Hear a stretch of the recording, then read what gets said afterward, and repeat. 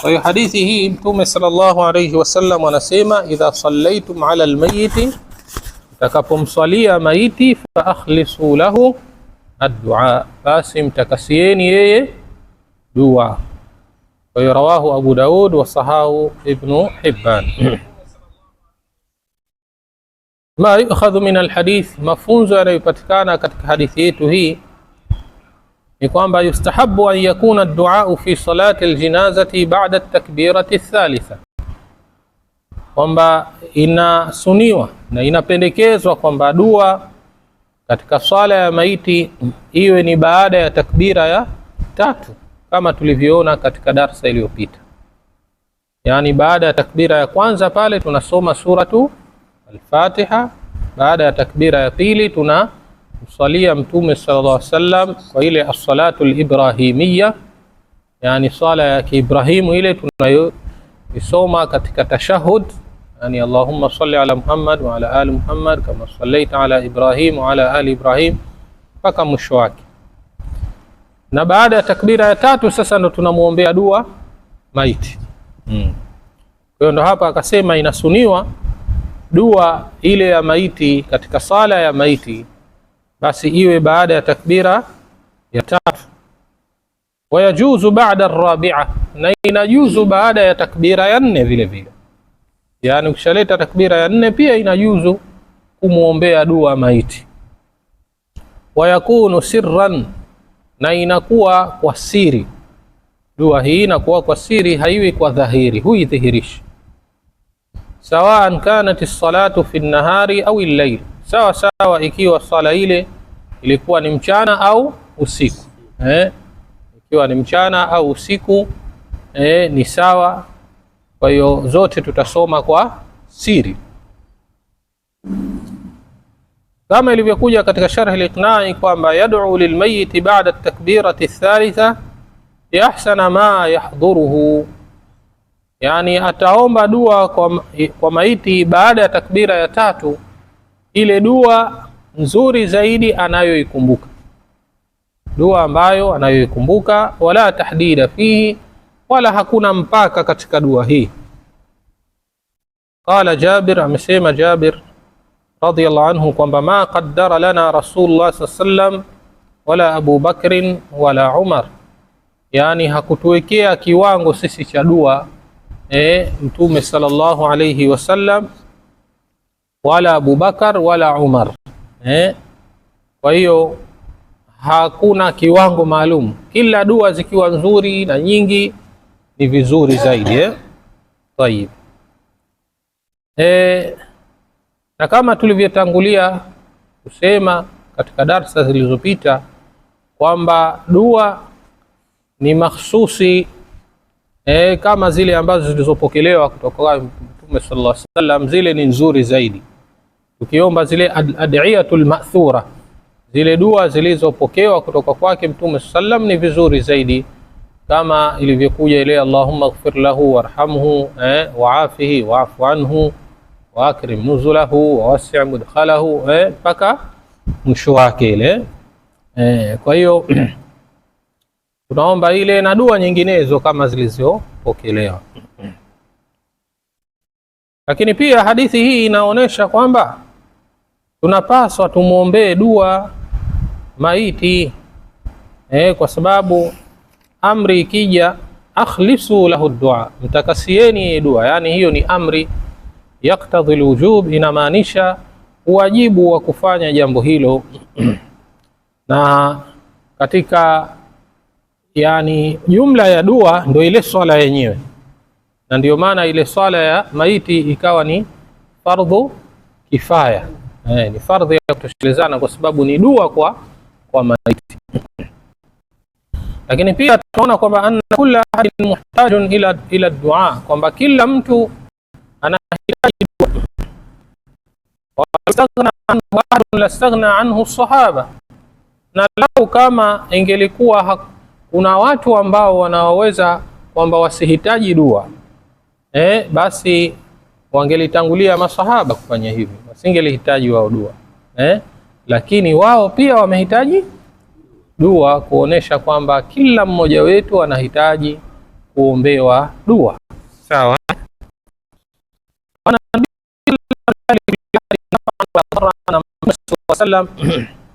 Hamiliki kwa yoyote si manufaa wala madhara, hawezi kumnufaisha mtu wala kumdhuru mtu, illa an yasha Allah, isipokuwa atakapotaka yeye Allah subhanahu wa ta'ala.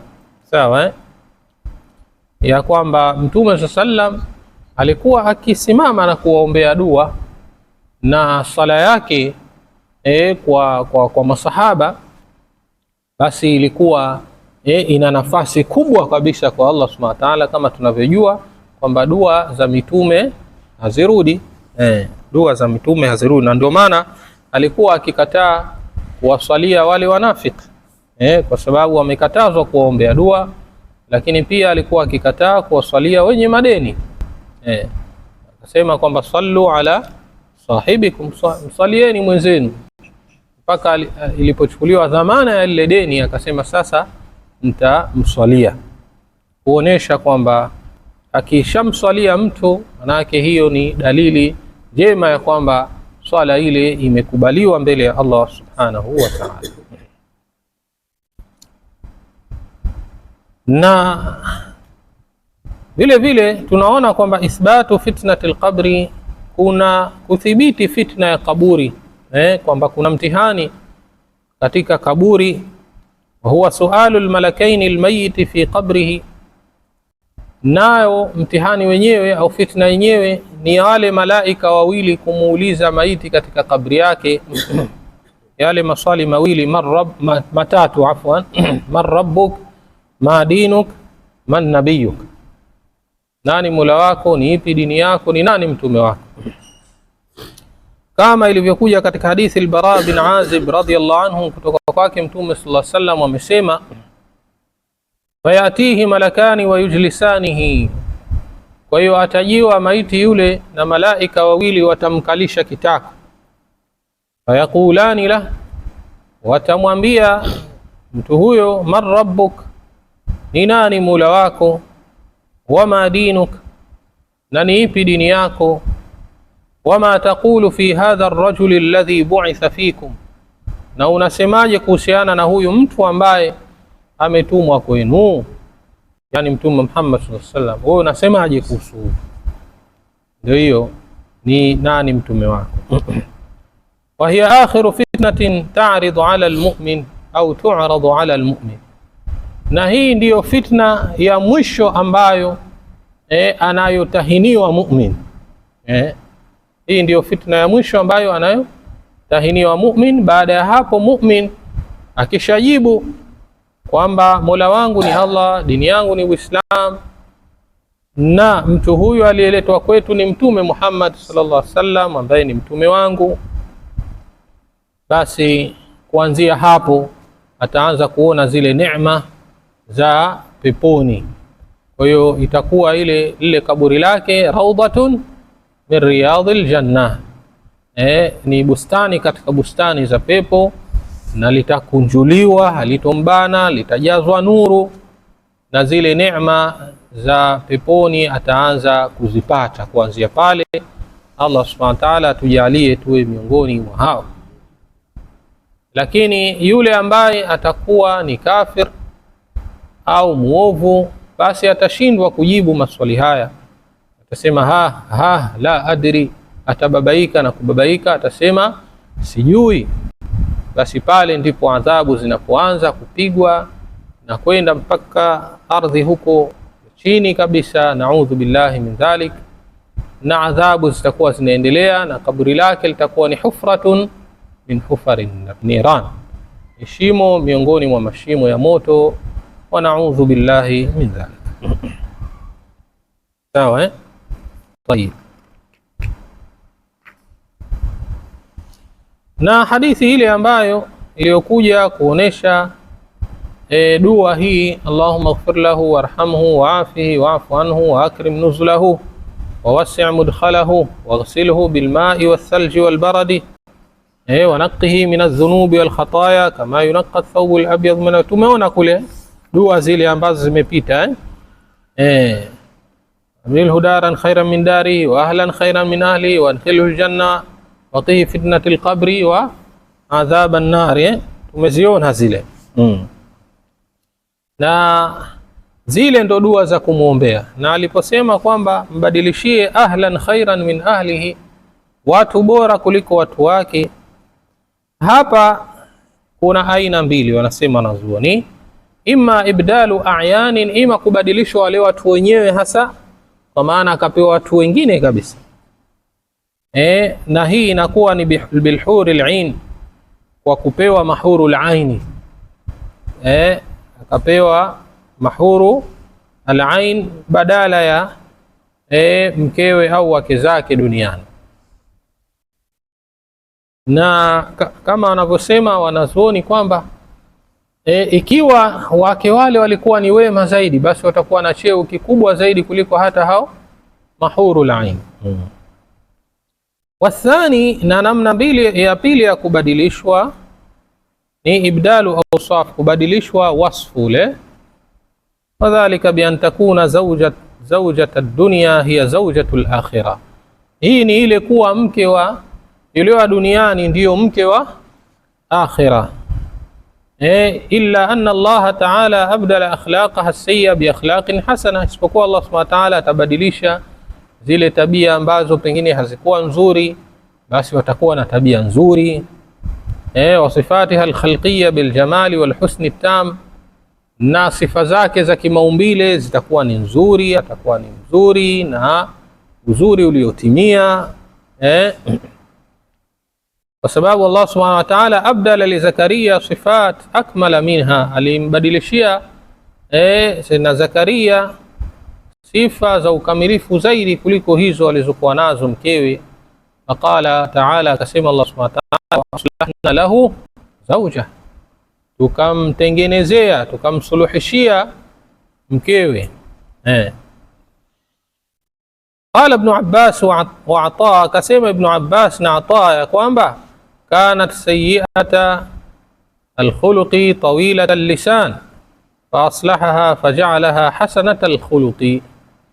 Akasema Ibn Abbas na Ata kwamba alikuwa mkewe si mwenye tabia nzuri alikuwa ni ana ulimi mrefu, yani ana maneno mengi. Basi Allah subhanahu wa ta'ala akamtengeneza na akamfanya kwamba akawa na tabia njema. Na hayo kwa Allah subhanahu wa ta'ala ni mepesi. Allah tutengeneze sisi na ahli zetu huko majumbani. Na aliposema waqihi fitnat al-qabri, na muepushe na fitna ya kaburi. Falmuradu min sharriha wa athariha, makusudio hapa muepushe na shari zake na athari yake. Tayib, wastathna ba'dhum ghayra al-mukallafina min as-sighar, na wakawavua baadhi yao wale ambao hawakuwa watu wazima, wale waliokufa wadogo, sawa au yule ambaye amekufa ni mwenda wazimu mpaka akafa, basi wale haitowahusu dua hii, kwa sababu wao itakuwa ni katika waliosamehewa na hawana dhambi, sawa. Na ile dua iliyokuja Allahumma ighfir li hayyina wa mayyitina, ewe Mola msamehe aliye hai miongoni mwetu na aliyekufa. Fihi ad-du'a bil maghfira li jami' al-ahya'i wal amwat min al-muslimin, ndani yake kuna dua ya kuomba msamaha kwa wote walio hai na waliokufa miongoni mwa Waislamu. Dua ile imekusanya Allahumma ighfir li hayyina wa mayyitina wa shahidina wa ghaibina wa saghirina wa kabirina, imekusanya wote, kama alivyosema Allah subhanahu wa ta'ala, rabbana ighfir lana wa li ikhwanina alladhina sabaquna bil iman, Mola wetu tusamehe sisi na ndugu zetu ambao waliotutangulia kwa iman. Na aliposema Allahumma man ahyaitahu minna fa ahyihi ala al-islam, Mola uliyemhuisha miongoni mwetu basi mhuishe katika Uislamu. waman tawaffaitahu minna fatawaffahu ala al-iman, na yule ambaye uliyemfisha miongoni mwetu basi mfishe katika iman. Hii ni kwamba idha afrada al-islam shamula al-iman, yani kama tulivyotangulia kusema katika darasa zilizopita kwamba Uislamu unapotajwa peke yake basi unakusanya na nini? Na iman, na imani ikitajwa peke yake inakusanya na Uislamu, sawa. Lakini zinapokuwa pamoja basi wanasema fayuradu bil islam, hukusudiwa kwa Uislamu ash-sharai' al-amaliya al-dhahira, zile sheria za kivitendo zilizo wazi, zilizo dhahir, sawa. Wa yuradu bil iman, na inakusudiwa kwa iman al-i'tiqad fi al-umuri sita, ni ile itikadi katika yale mambo sita, nguzo sita za imani zile, kama ilivyokuja katika hadithi ya Jibril ile alipokuwa anamuuliza Mtume sallallahu alaihi wasallam mal islam mal iman mal ihsan, sawa, akamtajia mambo yale. Kwa hiyo fal islamu fi hali alhayat, kwa hiyo Uislamu uko katika hali ya uhai, wal imanu fil mamat, na imani ipo katika hali ya kifo. Wa khassa al iman fi hali alwafat, na akaihusisha ile imani katika hali ya kifo, liannahu akmal wa aula inda alkhitam, kwa sababu hii ndiyo iliyokamilika zaidi, ni aula wakati wa mwisho, kwamba mtu aondoke na iman. Na ilivyokuja ile hadithi wala tudillana ba'dahu, wala usitupotoshe sisi baada yake, hii ni fihi alkhawfu min alfitnati fi hali alhayat. Hii ni hofu inayoonesha kwa kuingia katika fitna katika hali ya uhai, kwamba mwenzetu kashatangulia, basi usitupotoshe sisi baada ya yeye kutangulia ya Rabbi. Sijekuwa kwamba kutangulia kwake ikawa ndio sababu ya sisi kufitiniana, sasa pengine watoto kuingana, ndugu kufarikiana, watu kugombana kwa mali, ikawa mitihani kama hiyo. Kwa hiyo imma fitnatu shubhatin wa dalal, ima ikawa ni fitna ya shubha na upotovu, wa imma fitnatu shahwa, na ima ikawa ni fitna ya matamanio, sawa. Kwa hiyo fal insanu fi hali alhayati mu'ridun au ma'radun lidhalik, kwa sababu binadamu akiwa yuko katika uhai anaweza akatokezewa na mitihani kama hiyo, mitihani katika iman au mitihani katika matamanio ya nafsi. Wa kana min du'a an-nabi sallallahu alaihi wasallam, na kwa sababu hiyo basi imekuwa katika dua za Mtume sallallahu alaihi wasallam, alikuwa akiomba ya muqallib alqulub thabbit qalbi ala dinik, ewe mwenye kuzibadilisha nyoyo uthibitishe moyo wangu ubaki katika dini yako. Ewe mwenye kubadilisha mioyo, basi uthibitishe moyo wangu ubaki katika dini yako. Sababu binadamu anaweza akapatwa na mtihani na fitna, ikawa hajui yeye, hahisi kwamba yuko katika fitna, na akadhani kwamba yupo katika hali ya sawa sawa, lakini kumbe yupo katika fitna. Wayahsabuna annahum muhtadun, wanadhani kwamba wako katika uongofu, lakini kumbe hawapo huko. Kwa hiyo inapasa siku zote tuendelee kumwomba Allah subhanahu wa ta'ala atupe hidayah, atupe uongofu, lakini atunusuru na upotovu. Kwa hiyo inatupasa pia vile vile muhasabatu nafs, kujitathmini nafsi zetu na kumtii Allah subhanahu wa ta'ala na kudhihirisha ufakiri mbele yake. Kwa hiyo hii ni katika miongoni mwa sababu za kuhifadhiwa kutokana na fitna.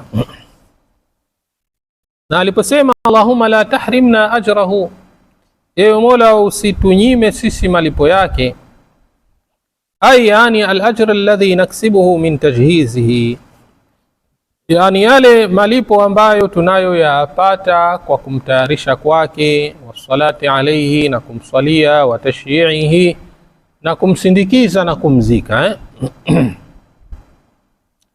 na vile vile al-ajr alladhi nahsuluhu min sabrina ala al-musibati fihi, usitunyime ule ujira ambao unaopatikana kwa kusubiri juu ya msiba huu.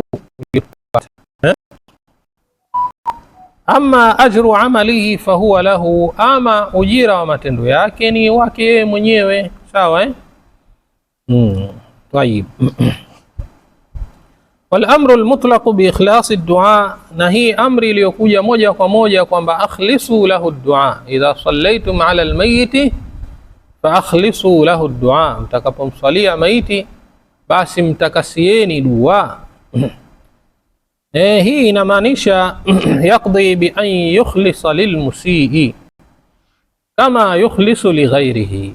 Hii inatuonesha kwamba mtu anatakiwa atakase ile nia yake na ikhlasi yake kwa yule ambaye aliyekosea.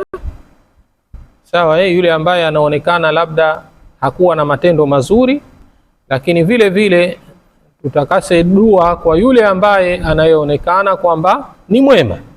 Kwa hiyo wote tunatakiwa tu watakasie dua, tusibague. Sawa kwa sababu yule ambaye labda ameonekana amekufa na bado ana maovu au kafa katika uovu, yule anahitaji zaidi sisi tumuombea dua kuliko kumtelekeza na kuto kumuombea. Sawa sababu sisi hatuhukumu, sisi tunaomba na tunamwachia Allah subhanahu wa ta'ala, kwa sababu hakuna yeyote miongoni mwetu anayejua hatima yake itakuwa vipi. Kwa hiyo kikubwa zaidi ni kumuomba Allah jalla waala atupe husna al-khatima. Na hadithi zilizokuja kuhusiana na dua ya maiti ziko nyingi sana na wala haikuja dua maalum kwamba lazima isomwe hii, kama tulivyoona aina mbalimbali zile za dua. Kwa hiyo mtu atachagua ile ambayo itakayomhudhuria, basi ataiomba katika hizi ambazo tulizozieleza hapa. Naam. Kwa hiyo kama tulivyotangulia kusema kwamba sannu du'a bil warid fi du'a lil mayit, kwa hiyo ataomba zile dua zilizopokewa zaidi kutoka kwake Mtume sallallahu alayhi wa alihi wasallam.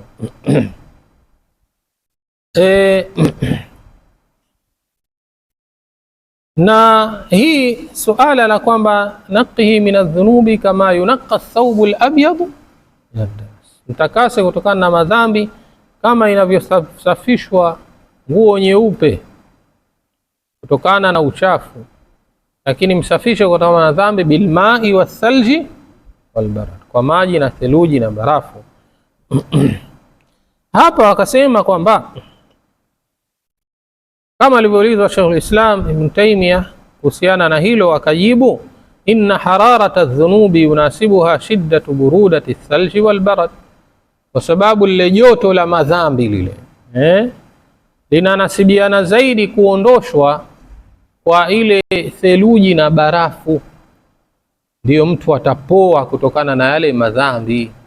Sawa ndio maana ikaja kwamba mtakase kama kwa maji na theluji na barafu. Na sasa tutapomsalia mtoto mdogo ikiwa ni mwanamme au mwanamke, as-siqtu yusalla alayhi wa yud'a liwalidayhi bil maghfirah wal rahma wal afiyah.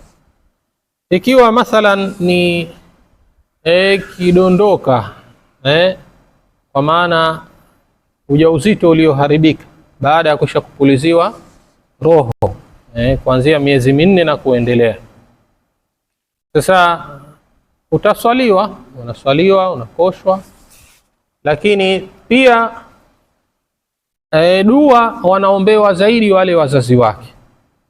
Sawa wanaombewa dua zaidi wale wazazi wake, kama ilivyokuja hadithi Allahumma ij'alhu lana salafan wa faratan wa dhukhra wa 'idhatan wa i'tibara. Allahumma ij'alhu dhukhran liwalidayhi bil maghfirati war rahmati wal afiyah. Imekuja dua hiyo yani ewe Mola mjalie mtoto huyu awe ni mtangulizi na ni akiba kwa wazazi wake huko mbele, na ni mawaidha na ni mazingatio.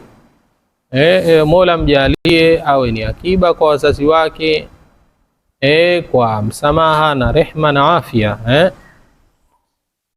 Imekuja vile vile Allahumma thaqil bihi mawazinahuma, Mola basi zifanye zile mizani zao kuwa ni nzito kwa sababu ya mtoto huyu, yani mizani za mema yao. Wa adhim bihi ujurahuma, na yafanye malipo yao kwamba ni makubwa zaidi. Walhiqu bi salihi salafi almu'minin, na muambatanishe na waja wema wale waliotangulia katika waumini. Waj'alhu fi kafalati Ibrahim, na umjalie mtoto huyu awe katika ulezi wa Nabii Ibrahim huko mbinguni. Waqihi birahmatika adhab aljahim, na mkinge kwa rehema zako na adhabu za moto. Sawa,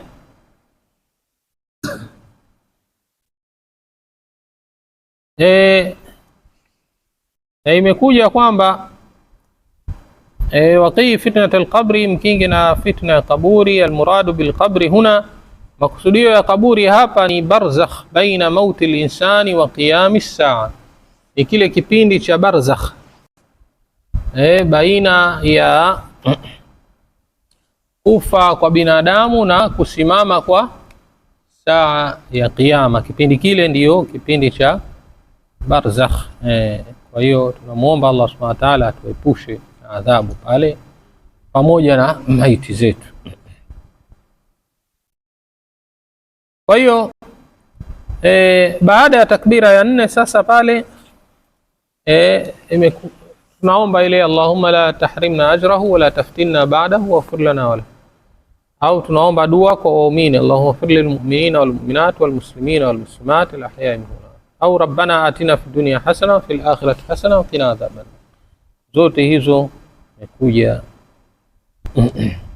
Tayeb, kwa hiyo dua tunapaswa kwamba tuifanye kwa ikhlas. Tutapomwombea dua maiti, basi tumwombee kwa ikhlas. Na hadithi inayofuata, wan Abi Hurairah radhiyallahu anhu, na kutoka kwake Abi Hurairah radhi za Allah juu yake, ani nabii sallallahu alayhi wasallam qala, kutoka kwake Mtume sallallahu alayhi wasallam amesema, asri'u bil janaza, liharakisheni jeneza lile. Mtu anapompeleka kwenda kumzika, basi mharakishieni sana kumpeleka kule. Fa in taku salihatan, ikiwa ni mja mwema, fa khairun tuqaddimunaha ilayhi, basi hiyo ni khairi mnayoitanguliza huku. Fa khairun tuqaddimunaha ilayhi, basi hiyo ni khairi ambayo mnayoitanguliza au mnayomtangulizia mwenyewe akaipate khairi yake. Wa in takusiwa dhalika, na ikiwa maiti huyo hayuko hivyo, yani si mwema, fa sharrun tad'unahu an riqabikum, basi ni shari ambayo mnayoiondosha katika shingo zenu. Wa in takusiwa dhalika, ikiwa ni kinyume na hivyo, fa sharrun tad'unahu an riqabikum, basi ni shari ambayo mnayoiondosha katika shingo zenu, tena mnaitua. Muttafaqun alayhi, hadithi hii imewafikiwa juu yake na Imam Bukhari na Imam Muslim. Mafunzo tunayopata katika hadithi hii ni kwamba al-amru bil isra'i bil janaza min makani salati ila al-qabri, kwamba hapa ni amri ya kumkimbiliza yule maiti kutoka katika ile sehemu aliyoswaliwa mpaka kaburini. Wasifatu al-isra'i, na namna hii ya kumkimbiliza ni mashyun sari'un al-khuta duna al-khababi, ni mwendo ambao ni wa wastani, si wa kukazana sana tena mabio nini kahatarisha hata kuangusha hilo jeneza. Ni mwendo ambao unaonesha kwamba sio wa kuchelewa sana ile kama vile tunamsindikiza kwa namna nyinginezo tayari. Kwa hiyo ni mwendo wa wastani. ili kila mmoja aweze kutembea wala amru istihbab, na hii ni sunna, sawa, bila khilafin baina alulama, bila ya khilafu baina ya wanawazuoni.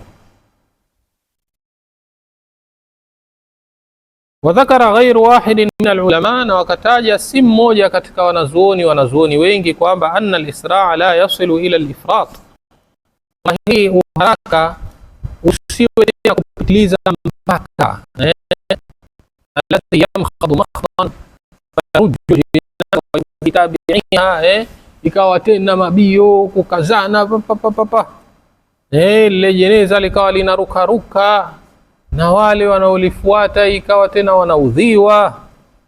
Lakini ni mwendo wa wastani kuonesha kwamba tunampeleka bila ya kumchelewesha. Na kunatakiwa uchunge ule upole kwa maiti, asifanyiwe vishindo katika kumkosha, katika kumbeba, asifanyiwe vishindo kwa sababu kama alivyosema Mtume sallam, kasru azmi almayiti ka kasrihi hayya, kuvunja mfupa wa maiti ni kama kuvunja akiwa hai. Sio tena kesha kufa tena ikawa nakwenda taratibu tayari. طيب والإسراع بالجنازة هنا يشمل الإسراع في تجهيزها ودفنها. Kwa hiyo hii kumharakiza kumzika inaanza tokea huku katika kumtayarisha, kwamba tusichelewe kumtayarisha, sawa. Sije kuwa tena mtu kafa asubuhi anakuja kuzikwa asubuhi ya siku ijayo. Aharakishwe, atayarishwe. طيب kama alivyosema Mtume sallam, la yanbaghi lijifati muslimin tabqa baina dhahranai ahlihi, haipasi kwa ule mwili wa Muislam kubaki miongoni mwa watu wake, kubaki tu pale tena watu wakakaa nao. Yakuwa tayari ameshafariki, harakishwe kuzikwa, sawa. Nasema hadha ma lam yakun fi ta'khiriha maslahatun min hudhuri al-aqarib wa nahwiha. Nasema hii ikiwa kwamba hakuna katika kumchelewesha maslahi ya kuhudhuria waliokuwa, yani wale jamaa wa karibu na mfano wao, au yakunu mata fi hadithin jinai, au ikawa amekufa katika tukio la jinai, sawa. Pengine unahitaji kufanywa uchunguzi kwanza, kwa hiyo pale anaweza akacheleweshwa. Kwa hiyo fa in haqqaqa at-ta'khir maslaha dhahira, ikiwa ile kucheleweshwa kwake kutakuwa na maslahi hasa, kwa hiyo hakuna ubaya kwanza kumchelewesha, hasa ikiwa kuna sehemu za kuhifadhi ambazo zitafanya kwamba asiharibike katika mochwari hizo na eneo kama hayo. Na hao jamaa basi isiwe tena kwa kupitiliza muda mrefu, labda pengine kuakhirishwa ini asubuhi badala ya dhuhuri atazikwa la asiri, lakini isicheleweshwe tena kupitiliza mpaka sana. Naam. Wa fil hadithi ithbatu aljazai alukhrawi, katika hadithi kuna kuthibiti malipo ya akhira, min khairin au sharrin, ikiwa ni khairi au shari, nayo ni kadhia inayojulikana. Wa fihi talabu musahabati al-akhyar wal ibtiad an al-ashrar, ndani yake kuna ile kutaka kufuatana na watu wema na kukaa mbali na watu waovu, sawa. Naam, kwa sababu kwa kuwa tunaambiwa tuharakishe mpeleka, manake ndo hatutakiwi tukae naye, sawa. Waman kana mudhiran lilislam, sasa yule ambaye alikuwa akidhihirisha Uislam, basi zitapita kwake yeye hukumu za Uislam za wazi, kukoshwa, kuswaliwa, kuzikwa, sawa. Lakini mtu kama alikuwa anadhihirisha dini nyingineyo, basi bila shaka atapelekwa katika hiyo dini ambayo alikuwa anaidhihirisha. Tayib. Kwa hiyo tunaona kwamba tunapaswa mambo haya ya kumtayarisha maiti na kumzika tusiyacheleweshe, kuyafanye haraka kadri iwezekanavyo. Ikiwa ni mtu mwema, basi tunamtanguliza katika mema yake, na ikiwa si mtu mwema, basi tunajiondoshea sisi ile shari ambayo imetuzunguka. Kwa hiyo inshallah katika darsa ijayo tutakuja kuendelea na hadithi inayofuatia. Kwa leo tufikieni hapa, wallahu a'lam. Sallallahu wa sallama wa barak ala abdihi wa rasulihi an-nabiy al-ummi wa ala alihi wa sahbihi ajma'in. Alhamdulillahi rabbil alamin. Naam, kama kuna swali lolote. Naam, kimya kinaonyesha tumefahamu vizuri. Inshallah. Basi inshallah huko katika kitabu chetu hichi kidogo imefika sharti ya ngapi?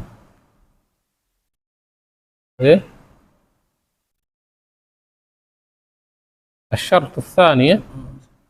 طيب نسمع رحمه الله تعالى الشرط الثاني، شرط ya pili katika masharti ya sala ni al-aqlu, kuwa na akili timamu. Wa ضده الجنون, na kinyume cha akili timamu ni wenda wazimu. Walmajnunu marfu'un anhu alqalamu hatta yufiq, na mwenda wazimu ameondoshewa kalamu mpaka azinduke. Walmajnunu marfu'un anhu alqalamu hatta yufiqa, na mwenda wazimu ameondoshewa kalamu mpaka azinduke, apate akili yake. Kwa maana ikiwa ni mema, ikiwa ni mabaya, yote haandikiwi. Wadalil, na dalili hadithi ni hadithi ya Mtume sallam aliposema rufi'a alqalamu an thalathatin, imeondoshwa kalamu kutoka kwa watu wa aina tatu. An-naimu hatta yastayqidh, aliyelala mpaka aamke. Walmajnunu hatta yufiq, mwenda wazimu mpaka azinduke. Wasaghiru hatta yablugh, na mtoto mdogo mpaka abaligh.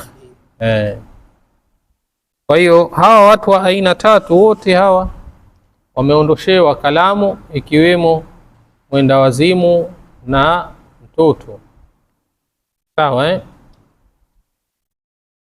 Lakini ashartu thalith, sharti ya tatu ni at-tamyiz, upambanuzi wa mambo. Wa ضده الصغر, na kinyume chake ni utoto. Maana mtoto inakuwa hajafikisha sharti la sala, la upambanuzi.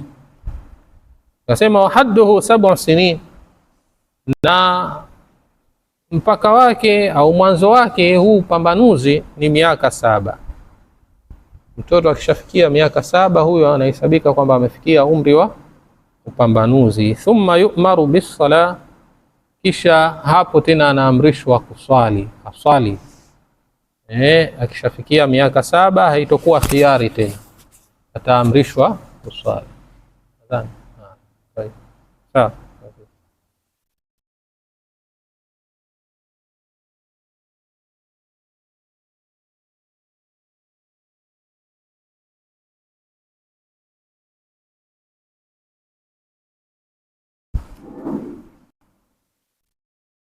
الله أكبر الله أكبر الله أكبر الله أكبر. أشهد أن لا إله إلا الله. أشهد أن لا إله إلا الله. أشهد أن محمدا رسول الله. محمد رسول الله حي على الصلاة حي على الصلاة حي على الفلاح حي على الفلاح. الله أكبر الله أكبر لا إله إلا الله.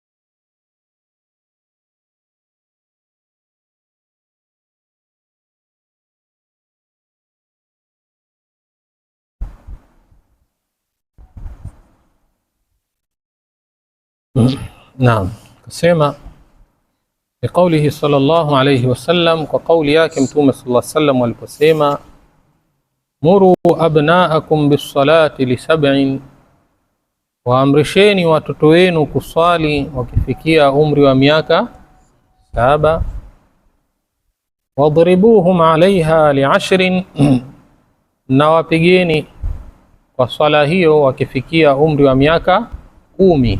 Wakifikia umri wa miaka 10 hataki kuswali, basi mchapeni kichapo ambacho ni cha kutia adabu, si cha kuumiza.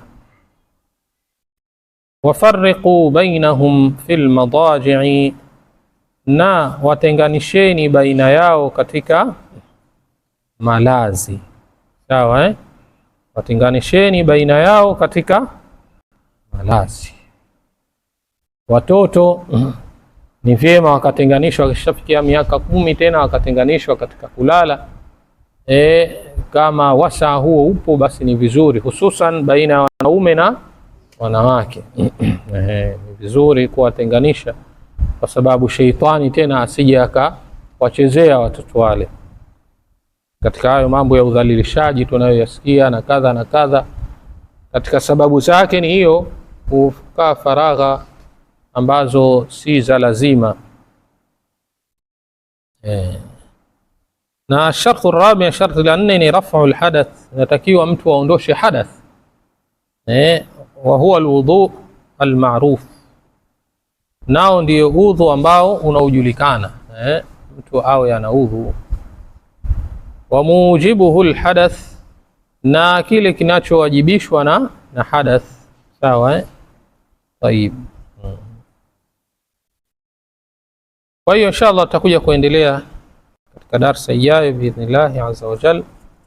Hadha wallahu a'lamu, wa sallallahu wa sallam wa barak ala abdihi wa rasulihi an-nabiyil ummi wa ala alihi wa sahbihi ajma'in, walhamdulillahi rabbil alamin.